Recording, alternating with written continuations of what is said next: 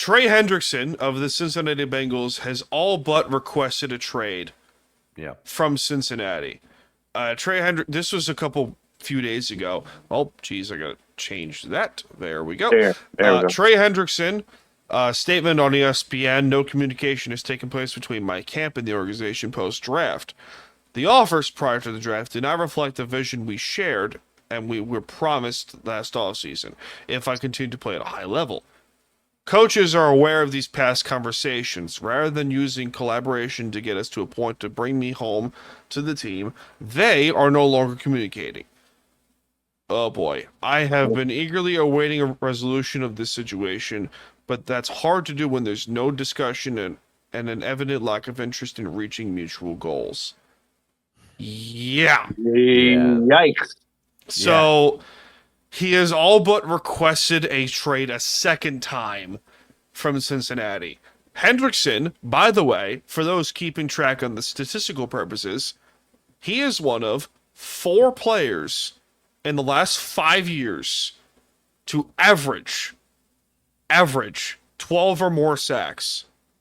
It's him, Nick Bosa, TJ Watt, and Myles Garrett. That's it. Man. That's it. He adds 17 and a half sacks last season. 17 and a half on a defense that was awful. Take him out, and they're giving up 40 points a game. So, what? And I was wrong about the whole averaging 12 sacks. He had 8 sacks a couple years ago because he was hurt, but he was on pace to have 15 plus. Man. So for a guy who, by the way, do you guys know what his contract is by chance? I do not. How much do you think Trey Hendrickson is making this season? Oh, I have no idea. Allow me to show you. Okay, bring it. He's making $15.8 million. Okay. And by the way, this is after Myles Garrett got $40 million. Now, we can argue about contracts in the NFL for hours. Yeah, but the fact that he's don't turn it off because we won't do that.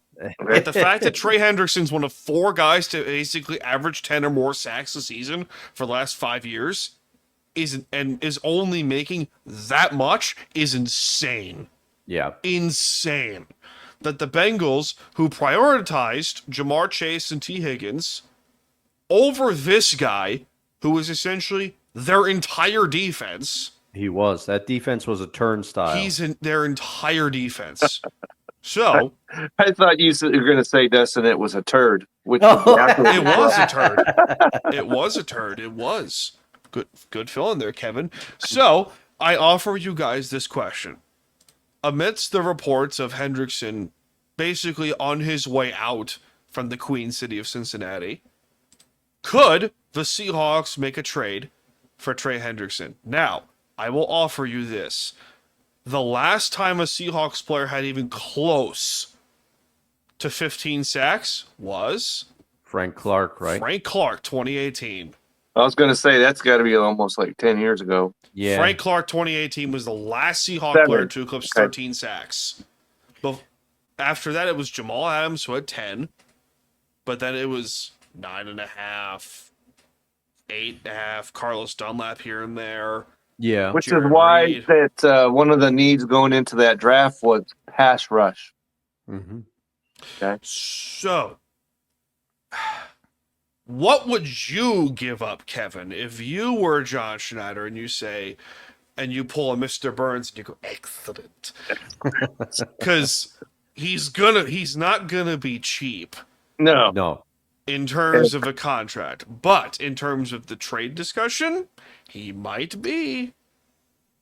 I'd probably say, okay, hey, I'll give you a first, a third, and maybe another third. He's going to get a first-round pick. Absolutely. He's going to get a first-round pick. Yeah, He's so too give dang him good a to not get a first, you first-round give him a pick. third, and a third next year because you're not worried about the year after that. Yeah. Dustin, what about you? I like what Kevin said with the caveat, if they wanted to sweeten it, you give them a first and a third in next year's draft, and then you give them a second the year after that. If they're looking for more to try to sweeten it up, but I would, because he's not going to be cheap, as you put, in more ways than one. I mean, he was the sack leader last year, wasn't he? Yeah, he was in the NFL. And I think he was. Give me a second. Hold on. And he's watching the news. I use this example all the time, but I remember in that documentary, This Magic Moment, Shaq was good. He had numbers in place that would have him stay in Orlando. Then ESPN broke the news, and he saw how much Alonzo Mourning got from the Heat, and he basically said, hey, no disrespect to Zoe, but I'm better than that guy. Way got that better much. Than Alonzo Mourning. Anytime you say no disrespect, you know what's coming.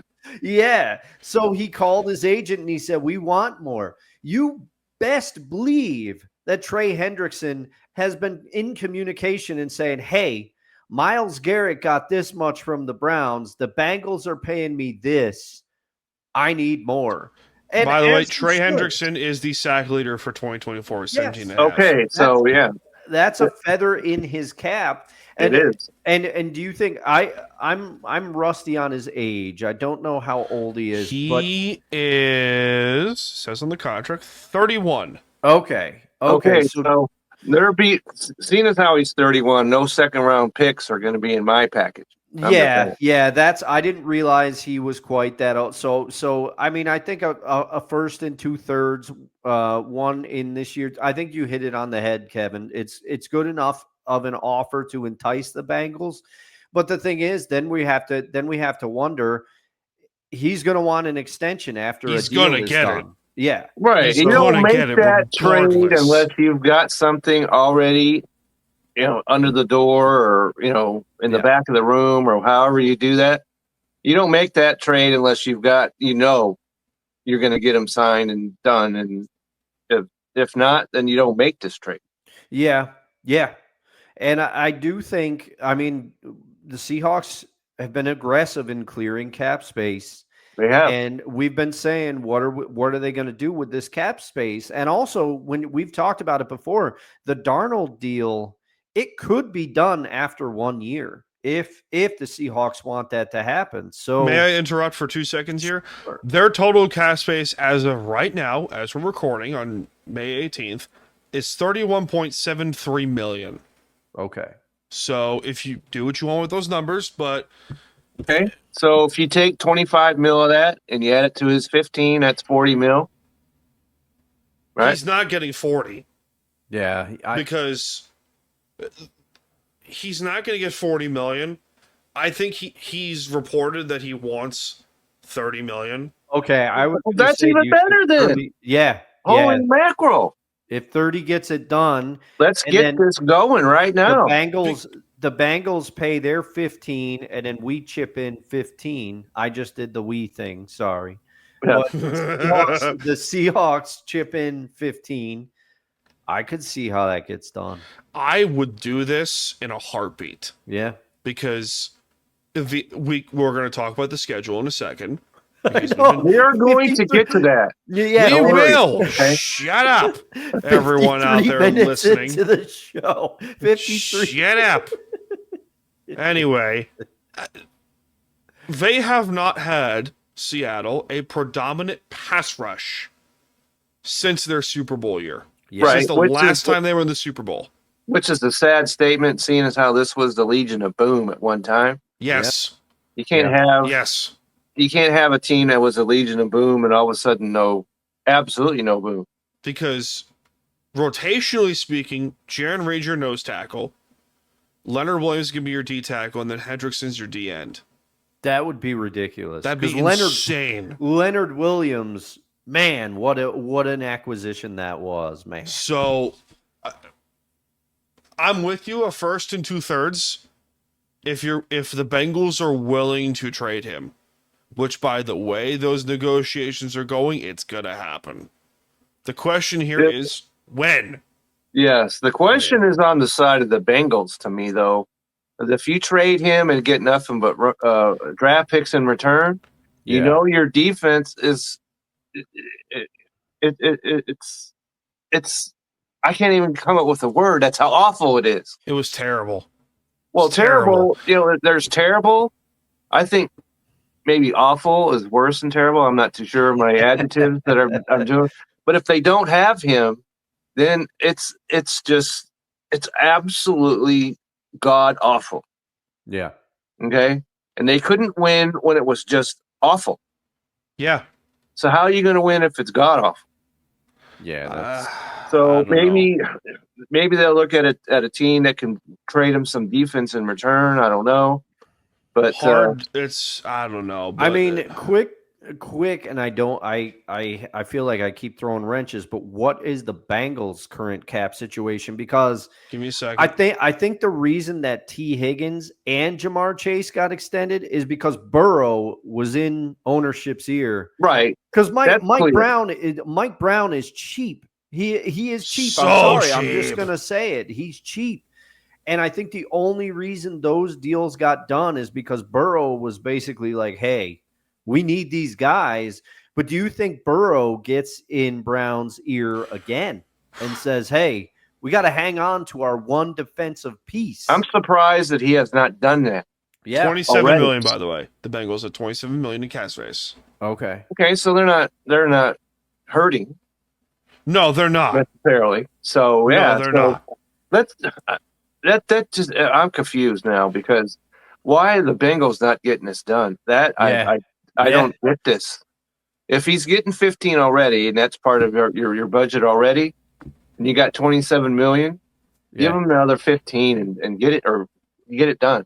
Yeah, Get it done. Get it done. Otherwise, you're wasting Joe Burrow, right? Yeah. This guy could pass for 5,000 yards and 50 touchdowns.